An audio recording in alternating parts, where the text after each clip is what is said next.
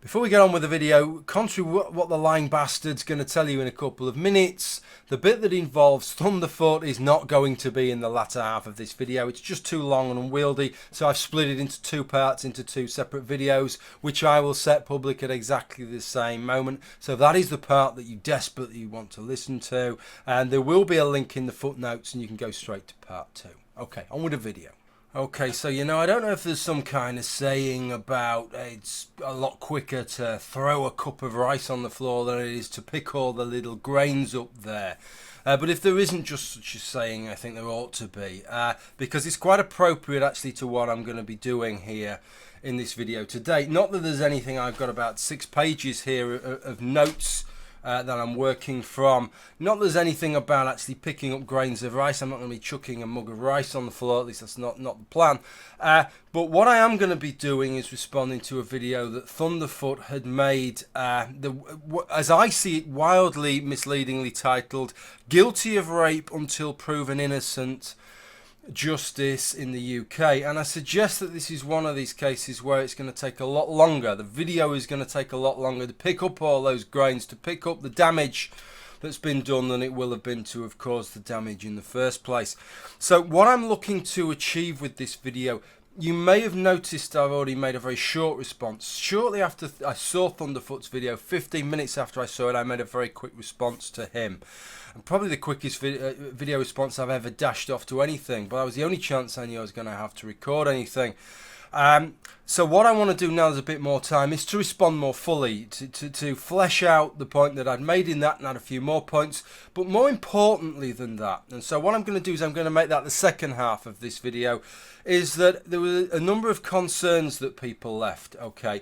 And if you will see those concerns everywhere. If you see the comments, well, if you have a look at the comments that were left on his video, they're absolutely outrageous in terms of misleading people. Whatever Thunderf00t thought with his video, if you read some of the comments, hopefully after you've watched this video, you'll see just how misled people have been by what he'd said in his video. But even if you look at my video, there were people saying, well, okay, Jim, I take on board what you've said there, and I think Thunderf00t's maybe got the wrong end of the stick here, but still, I still have this concern. So I think there are a series of concerns that they are genuinely held concerns that they have with regard to this. So what first thing that I want to do is to deal with those 4 concerns. And those 4 concerns, I'm going to head them under something like yes means yes, concerns that the presumption of innocence has in some way given way to a presumption of guilt, concerns that the police are overstepping the mark and asking questions of suspects that they shouldn't really be asking, and concerns that in any case, even if all that's okay,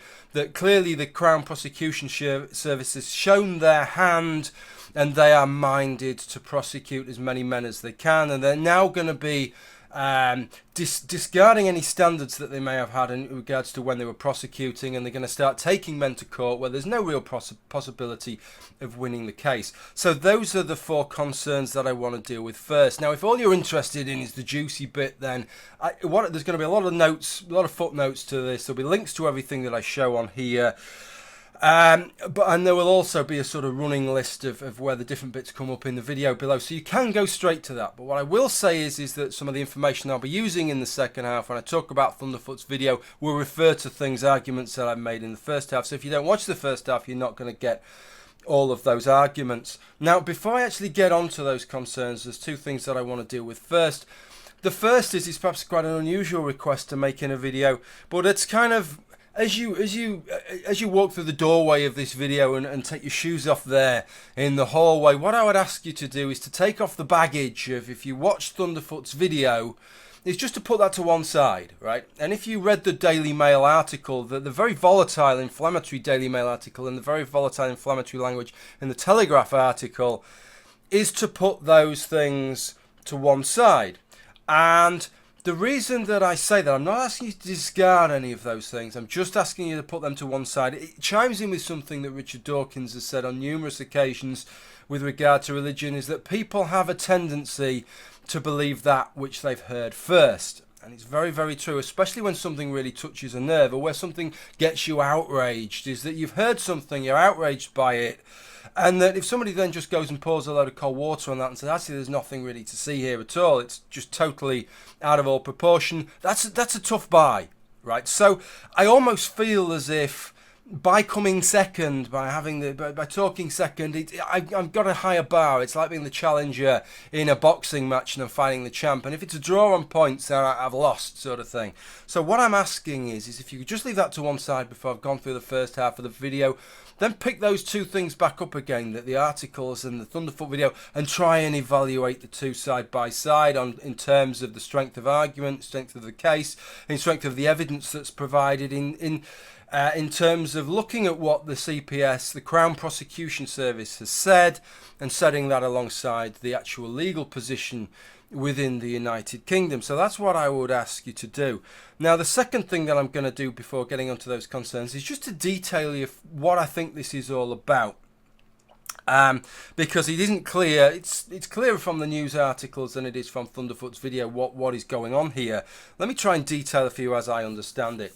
The Crown Prosecution Service is the state prosecutor of the United Kingdom. I'll refer to it as the CPS most of the time from here on in. So you would expect them, bear in mind in everything that I say, that they are a prosecutor. And although they have a slightly dual role, in terms of in lesser offences, they advise the police on whether or not to prosecute. When it comes to more serious offences, like offences of rape, their role is to collate the evidence that the police has gathered, to evaluate that evidence, to decide whether to prosecute, and if they decide to prosecute, it is their job to make the strongest and most robust case that they possibly can, to do everything ethically and legally that they can do to try and win that case, because after all, we have an adversarial system, the same as in the United States and many countries.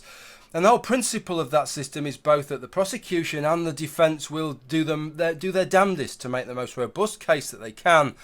The theory being that the robustness of both the prosecution and defence will in some way cancel each other out. And as I was told several times quite memorably, and it must be quite memorably because it was about 20 years ago now, when I did jury service, the case will turn on the facts. So I just think that's the kind of important thing to point out, that the CPS, the Crown Prosecution Service, is the state prosecutor, and it behooves them as a prosecutor. For me as a taxpayer, I expect them to try and do the best job that they can to create the strongest case that they can and to try and be as successful as they can in the court of law. And in fact, that is what an adversarial system demands of them as a prosecutor, and it demands the same thing of the Defence Counsel, of course. Okay, so what had happened was the CPS had done a joint conference on the 28th of January 2015, this year, with the police looking at rape and sexual assault. And you know what these things are like. It must be the same the world round. Okay, they want some kind of, you know, you need something to take to the press, don't you? Something that's going to get you your little column there. And so every time you have some kind of conference, it's what's the angle going to be? What's the special thing we're going to unveil? And in this case, it was what they called the CPS toolbox, which sounds like there ought to be, I don't know, a spirit level and a hacksaw and maybe a couple of wood chisels in there, but there wasn't. What there actually was a lot of advice. And what it amounts to, this toolbox, it sounds very pompous, but what it amounts to is advice, largely for the solicitors and the barristers, the counsel, the prosecuting counsel that the CPS employs in-house, advising them on how they can better assess and better carry out their duties within the court. Things that they can focus on there, and also some advice on police, because there seemed to be some concern at a lack of consistency across police forces in the way that they're investigating. And as I'll talk later on in terms of the concerns, it's critically important to the Crown Prosecution Service that the police do their investigative job well and unearth every bit of evidence that they can use, but also let the Crown Prosecution Service know of every little bit of evidence that could be used against them that could dissuade them from taking a case to court. So this is really, really important stuff, and there's nothing sinister about any of that taking place there, I contend. Okay, so that gives you some idea what was going on. Now, what I want to do now is to get on to these four concerns.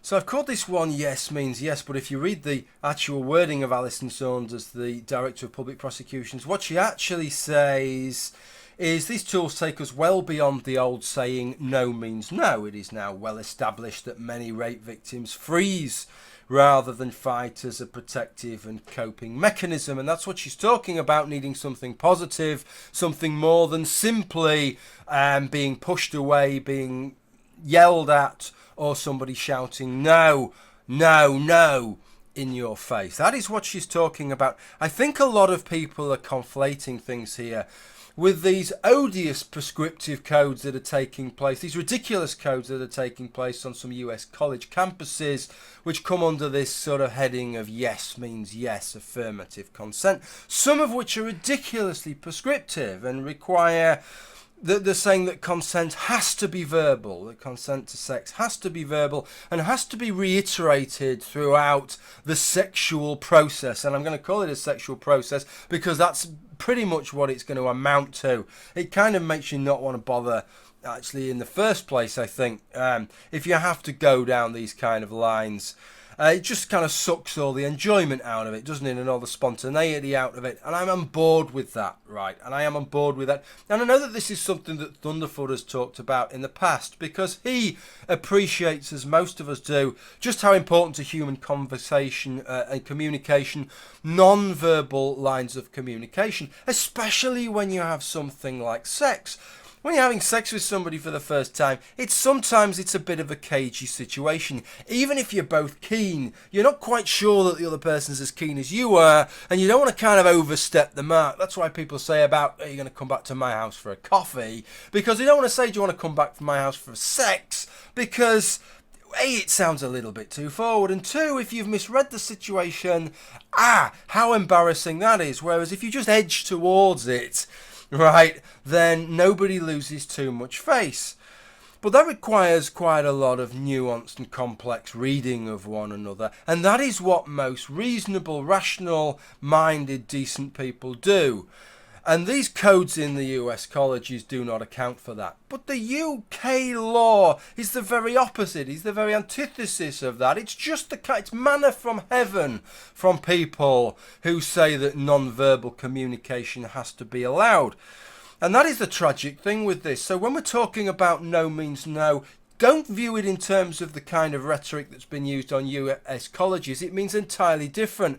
All that they're trying to get across is that there has to be some positive grounds on which you had this belief that the other person was consenting to sex, and that this is something that is testable in a court of law, and it's part of the crime that will be put in front of the jury and tested by the jury. I think what would be a good idea now is to show you the legal situation. So look, this is the legal situation, the Sexual Offences Act 2003. And this is the original legislation as it stood in 2003, but of course legislation can change. It gets tinkered and amended like your bank contract does. You know, they alter 2 or 3 bits, and if you think you can fucking figure out the bits that they've altered, you haven't got a fucking clue, have you? In the reams of small print, they're always altering this shit. So this is what this looks like now. And what you may notice is there's absolutely no fucking change whatsoever. So for all this talk of change, nothing whatsoever has changed with regard to this. And this is what it says, okay? A person commits an offence if A, he intentionally penetrates the vagina, anus or mouth of another person with his penis. Let's just deal with the elephant in the room here so that nobody has to mention it in the comments. I bet you still do, right? And I'm on board with you with this one. Yeah, it means that only a man can rape. If a woman sticks a dildo up your ass and you didn't want her to, that would be assault by penetration. That is an offence of the same seriousness. It carries the same tariff. Even if it doesn't quite carry the same sort of social disgrace as the word rape does, it's still got the same tariff within the law. Just has a different title, but the but envelopment. If a woman is laid there unconscious on the bed and you strip her off and fuck her, that's rape, and you'll get life imprisonment, up to life imprisonment for that. But if she does the same to a guy, if he's unconscious on the bed, she strips him off, okay, gets him hard, sits on top of him and fucks him, right, then she won't. That's just a serious sexual assault, and that is regarded by the law as a lesser offence. I am not on board with that. I think that's an abhorrence, and I think that needs to change. All right, so let's just forget about that bit now. I'm on board with you with that. Let's look at the law as it stands with regard to rape, which is what we're talking about. So a person commits an offence if he intentionally penetrates the vagina, anus or mouth of another person, B, with his penis, B, does not consent to the penetration, and C, A, does not reasonably believe that B consents. So you've got two parts to this. It's a criminal offence. So like every other criminal offence, it has two parts. Pardon me. The actus reus, which is the physical thing, isn't it? It's the actual act that is regarded as illegal. And then you've got the mens rea, which is the guilty mind. You have to be aware that you are conducting that act. Even if you weren't aware that that act was illegal, you have to be aware that you're actually doing it. So the actus reus here is having that penetration without consent. And the mens rea is that you have to have, that you didn't have a reasonable belief of consent. So you have to have the guilty mind part there. And both those parts are going to be tested in a jury. Then goes on to say whether a belief is reasonable is to be determined having regard to all the circumstances, including any steps A has taken to ascertain whether B consents. I'll talk about that again when I talk about what the questions the police are asking. But all that I want you to consider right now is what no means no, or what moving beyond no means in light of the legislation. And what it doesn't mean is this kind of really prescriptive thing that we're seeing in US colleges. There is nothing to stop, in terms of the UK legislation, the defendant is expected to have taken all circumstances, as it says, in judging whether consent was given. And so the jury likewise is minded. They can take account of all the circumstances. And there's nothing to preclude a no meaning a yes or a yes meaning a no. If you ask a woman if she wants to come and fuck you and she grabs you by the bollocks, smiles, winks at you and says, oh no, I couldn't possibly do that, then I think most rational, sound-minded jurors will think, oh, well, that's a yes. And then similarly, a cowering, shivering, flinching yes, most people would think, well, that's not a proper yes. That's a yes given under fear. That's not a genuine yes given there. That's a yes given under duress. So the jury can decide these things. There is that level of complexity, the kind of level of complexity that we're otherwise crying out for. If that's what you want and then you're not happy even when you've got it, I really don't know what to fucking say, quite honestly. In terms of that, there is nothing to fear in terms of this language of no means no. All it's saying is that in terms of the legislation, there is expected to be something positive in terms of what the decision-making process of the defendant, and that the police, when they're doing their job, should be minded of that, and the prosecutors, when they're working their case out, should be minded of that, and when presenting it in court as well. Okay, so that's that one tackled. Let's move on to the second concern, which is a really fundamental one.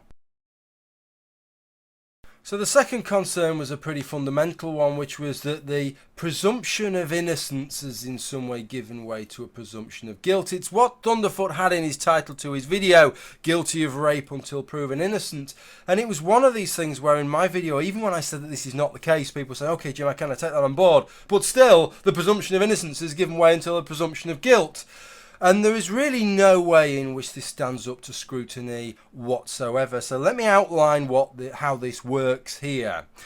The presumption of innocence is enshrined in UK law in a number of ways. It is part of the European Charter of Fundamental Rights, but really that is only mirroring what is already in the European Convention of Human Rights, which dates back to the 50s and is a treaty. And the UK is a signatory of that treaty. And if the UK does anything to undermine part of that treaty, enacts any legislation which runs contrary to that treaty, the UK would get taken to the European Court of Human Rights in Strasbourg, and that legislative change would be struck down. Now, because this applies also to public bodies within the UK, and it's a bit of a pain in the shit of taking them to Strasbourg, Everything that's in the European Convention of Human Rights was kind of reiterated in the Human Rights Act 1998. So it is legislation, it is treaty status within the European Union, of which the UK is a signatory and has been for decades, and it is also mirrored within UK legislation itself. This firm commitment within criminal cases of a presumption of innocence, and there's no real way to get around that. But the thing that is important to understand here is that people are saying, well, perhaps that applies to something else then. Perhaps we're not talking about the trial, right? Perhaps the Daily Mail or Thunderf00t or whatever, they're not really talking about the trial. No, it's the CPS. The CPS has gone from a presumption of innocence to a presumption of guilt, or the police has gone from a presumption of innocence to a presumption of guilt. The presumption of innocence only applies to the trial. It only applies to the courtroom, and it only applies to the trial stage. It does not apply to the investigation. Here is the guidance document from the European Court of Human Rights about Article 6.2, which is the presumption of innocence, stating that it applies to the trial. And here's the document. This is the CPS guidance itself, explicitly pointing out that the presumption of innocence does not apply to the investigative stage, the work that the police does, and the work that the prosecution, the CPS, does in collating and then pursuing its case, that the presumption of innocence does not apply to the work that they do. So there's no way in which they could have shifted from a presumption of innocence to a presumption of guilt, because they never had. They were never working under presumption of innocence in the first place. And in any event, it's kind of bizarre to consider either of those two institutions working under a presumption of innocence. The police work under neither a presumption of innocence nor a presumption of guilt. The purpose of the police is to investigate the case and to get every little bit of evidence they can, whichever way it points. If it points to the defendant being, the suspect being innocent, or it points to the suspect being guilty, it doesn't matter. If it's relevant to the case, it is the police's job to unearth that evidence and to collate as much evidence as they possibly can. How could it apply to the Crown Prosecution Service? For fuck's sake, they're a prosecutor. If the prosecutor presumed innocent, they'd never fucking prosecute anybody, would they? Their job is to collate that and to make the strongest case that they can, and then to evaluate that case, to decide whether to prosecute, and if they do prosecute, to make the most robust defence or advocacy of that case within the court as they possibly can, and to maximise their chances of the court finding in their favour. So I hope that's answered that one. Nothing has changed here. And the interesting thing is, if this was to change, right, if this was to change and the UK was to have switched from, just for this crime alone, from a presumption of innocence to a presumption of guilt, this would be headlines, right? This would be one of the biggest things that had happened in the UK the entire year. It wasn't. It was just a small couple of articles in papers, right? So that should indicate to you something, that what's claimed has been going on, what the papers are claiming here, that men now have to prove their innocence, it's just bullshit, right? It just doesn't wash. It's just hyperbole to try and get you enraged and to get you reading the article. So one of the concerns that I saw most often and seemed to be most persistent, which was that these calls that the police will ask certain questions about why suspects held beliefs, was kind of overstepping the mark, right? And this is what the papers had cottoned onto in terms of having to prove your innocence, prove you had this belief. Of course, it's nothing to do with proving that you have a belief. It's to do with gathering evidence, because this is the role of the police. The police's job is to investigate, and it's quite clear. The CPS is quite clear that the police's job is to investigate. They're in no doubts as to what their role is. The police is in no doubts to what role is. In fact, it was Martin Hewitt, the Assistant Commissioner, who said at this that it's the police need to get their act together because they're not being consistent. Different forces are doing it in different ways, and obviously some forces are doing better jobs than others. The police's job is to investigate, and that is to gather as much relevant evidence as they can. And when you're considering what evidence is relevant, you have to consider the law that we went through and what bits are testable. And of course the actus reus and the mens rea, both these parts are testable. And the second part is all about the belief that the defendant had and the reasons the defendant had for having that belief. The CPS guidance makes the same point. It says, if so, talking about reasonable belief, did the defendant reasonably believe it? It will be for the jury to decide if his or her belief was reasonable. How can that be tested by a jury if the evidence hasn't been gathered? And how is the evidence being gathered properly? If the defendant, if the suspect at this point in time, if the suspect isn't being asked, well, why did you have that belief? Look, if you look on Wikipedia under the how criminal law works, there's a marvelous example differentiating between actus reus and mens rea involving the crime of theft and a scarf. And if I was to go into a restaurant, this is the case that it outlines in Wikipedia, and I was to walk out with your scarf, okay, that would be a crime of theft. Well, actus reus is that's dealt with because I've walked out with your scarf. But if I honestly believed that it was my scarf, right? If I walked out under a misapprehension that I'd walked out with my scarf, but it happened to be your scarf, then that wouldn't be a crime.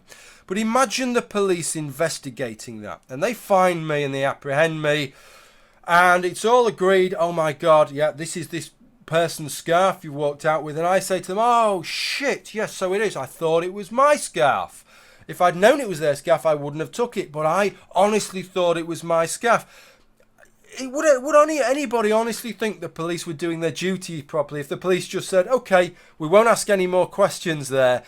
Bollocks, would they? Everybody would expect the police to say, well, why did you think it was your scarf? And of course, if I thought it was my scarf, I'd be able to regale them the reasons straight away. I thought it was my scarf because I went out with a scarf and I must have left my scarf in the restaurant. Or I have a scarf that looks just like that. I've got the same kind of scarf. So when I saw the scarf, I thought it was my scarf and I thought I'd gone out with a scarf that day. I'm going to be able to say something, and that something would form part of my defence if it went to trial. And in fact, the fact that I'd come up with something may mean the difference between it going to trial and not. And this is exactly what point the Crown Prosecution says. If you read the Crown Prosecution Service's guidance with regard to police, this is what they say. The police will undertake effective early investigations to ensure that the key evidence required to make informed decisions in cases is obtained as soon as possible. All reasonable lines of inquiry should be pursued to ensure that any evidence or material likely to undermine the prosecution case or assist the defence is provided to the prosecutor and taken into account during any referral for investigative advice or charging.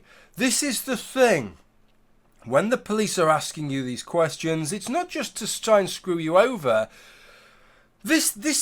The things that you say there, the reasons that you give, could class as your defence as well as something that can be used by the prosecution. And in any case, the CPS are interested either way round because they want to know if you've given an answer that's a poor answer, but they also are just as interested if you've given a good answer, because they have to apply these certain tests to decide whether or not to prosecute, and they don't want to prosecute cases that are unwinnable because the defence is just too strong or because there's no reasonable grounds to pursue it. So these aren't just reasonable questions to ask, these are questions that are absolutely essential to ask, and the kind of questions that would be asked in any other criminal case where the same kind of questions would be relevant. And that brings us to the final concern, which is this concern, well, none of this really matters. The CPS have shown that, and then they're just going to start prosecuting people right, left and centre. So the concern that a large number of people seem to be left with, even those that every other concern was taken care of, was this idea that the CPS can kind of go maverick and just start prosecuting men. And I can kind of understand that concern because, of course, going through any kind of trial is a huge ordeal, but when it's something that has the stigma, the huge public stigma that a crime like rape has, then that's a really, really serious thing. I honestly don't know which I would rather have happen to me, to be raped or to be put through a rape trial and for everybody to think that perhaps that I'm a rapist. I really don't know which I would regard as worse. So of course that is a genuine concern. So let me try and put that concern to bed here. The Crown Prosecution Service, it's not just like some team of fucking wild lawyers suing people right, left and centre in the United States for the most minor infraction, as people do in civil cases apparently over there. They have standards that they have to maintain. They have a test that they have to pass before they can forward any case and take it to trial, and that is called their full code test. Now, the full code test has two parts. It has an evidential requirement and a public interest requirement. Both parts have to be passed before they can take the case to trial, so that if they think that there isn't a public interest case to pursue the case, then they can drop the case. But however overwhelming the public interest case is, if the evidential case isn't there, they have to still drop the case. Okay, so that doesn't mean they can say, well, there's a public interest to try and nail this person, the evidence is shit. Well, that's just tough. They've still got to drop the case. Now, I'm not going to deal much with a public interest case because that's not really very relevant in terms of crimes like rape. It's only really going to come in perhaps if you were both very young, so it's a kind of statutory rape where maybe the girl's 15 and the guy's 16, but they were both very much up for it and no harm's really been done, then they might decide it's not in the public interest to pursue that case. What we're really interested in is the evidential test. And this is how the evidential test works. And I want to try and say that I don't want to mislead anybody here, because it's easy to get conflated with the standard of evidence of the jury and what the Crown Prosecution Service is doing. What the Crown Prosecution Service has to do is to look at the strength of their case that they have managed to collate, right? And imagine that case being presented to the jury, and then take account of the defence's case and everything the defence can do to chip away at their case, and ask themselves, is a jury more likely than not, after all that's been presented, to find the defendant guilty, to find in the favour of the CPS? If they do, if that's what they believe, then the evidential test has been passed. So it's kind of a balance of probability, but don't confuse me saying balance of probability with a decision of the jury. Of course, the jury is still working to that higher burden of proof. They have to, all their aspects, whether penetration took place, whether the person consented, and whether there was either a belief or whether that belief was reasonable, all those things the jury has to find beyond reasonable doubt. The burden of proof is on the prosecution, but the prosecution deciding whether or not to prosecute has to decide, is it more likely than not that the jury will find in their favour? If they don't believe that, then the evidential case has not been met. So that sets a baseline by which they cannot go below. Now, I know what you're saying, well, so what if they go below? Who's going to hold them? Who's going to take them to task? Well, this is something that I have learned investigating this. They are held to account by the independent CPS inspectorate. And the CPS inspectorate carry out a variety of audits and reviews of the Crown Prosecution Service of their work to make sure that they are maintaining the standards that they have to maintain. That includes an annual audit, and during the annual audit they look at certain statistics, which I'll show you here, including the statistic as to they look at some of the cases in which the full code test has been applied, and they determine whether they think it's been applied correctly. And you can see that it's normally about 94-95% of the time they're determining that this is across all crimes that the CPS is applying the test correctly, and they expect to see that percentage at least maintained, if not bettered. The other thing that they're interested in is the hit rate, the success rate within the courtroom. And the success rate within the courtroom for the crimes that we're talking about here, they come under the category of violence against women and girls in how they parcel these things up. And the success rate, rather than just being above 50%, is actually above 70%, and has actually risen to about 74%. But note what they say here in this latest review. Rape has gone the other way. That has actually fallen slightly. That the success rate for rape cases has fallen slightly, and that the CPS inspectorate are concerned about that, and they want to know why that is. They're not happy about that, and they're going to actually institute a review to find out what is going wrong with that. Now bear in mind, this review that I'm showing you here came out in March this year, so it's only a month after this this conference took place. So it's not what's happened in the conference, it's not some change in the conference there that's caused that to drop. That had dropped slightly anyway, and the CPS inspectorate are already on their back, right? So if you think that all that's been talked about in this conference is just giving the CPS justification, it's them justifying taking lots of unwinnable cases, nothing could be further from the truth. They need to do the opposite. This is advice for their legal representatives, their solicitors and their barristers, not so they can take on more cases so much, but so that they can win, they can have a higher success rate in the court of winning the cases that they are taking. And that is exactly what you would expect a prosecutor to do, to start reviewing the cases that they're winning and reviewing the cases they're not winning, and saying where are we going wrong in the cases we're losing, what is being best practice, because that is their job in an adversarial system, to do the best job as a prosecutor as they possibly can. Of course, it's the defence's job to be doing exactly the same thing at the same time. Okay, so that allays, I hope that has allayed some of those concerns. What I would ask you to do now, I asked you if you could, when you listen to the video, if you can remember back that far, was to sort of put the articles that you may have read in the Telegraph and the Mail that Thunderfoot had linked, put them to one side, put Thunderfoot's video to one side. What I'd ask you to do now is pick them back up again and to compare what I've had to say, the evidence that I've shown you, how the evidence that I've shown you compares to the legislation that I've shown you, and the case that I've made, and the case that Thunderfoot made, and to evaluate which one you think is the better case. If at the end of that you still think that Thunderfoot's made the better case, well, that's all well and good. Thank you for at least going through that process. Now, what I planned to do at this point was to carry on with the video and then start to dissect Thunderfoot's video and tell you what I think is wrong with it, looking at his actual video. But this video's gone on a little bit too long, so I'm going to do that in a part 2. So join me, if you will, in part 2, and we'll have a look at Thunderfoot's video. Thank you for watching part 1. Bye for now.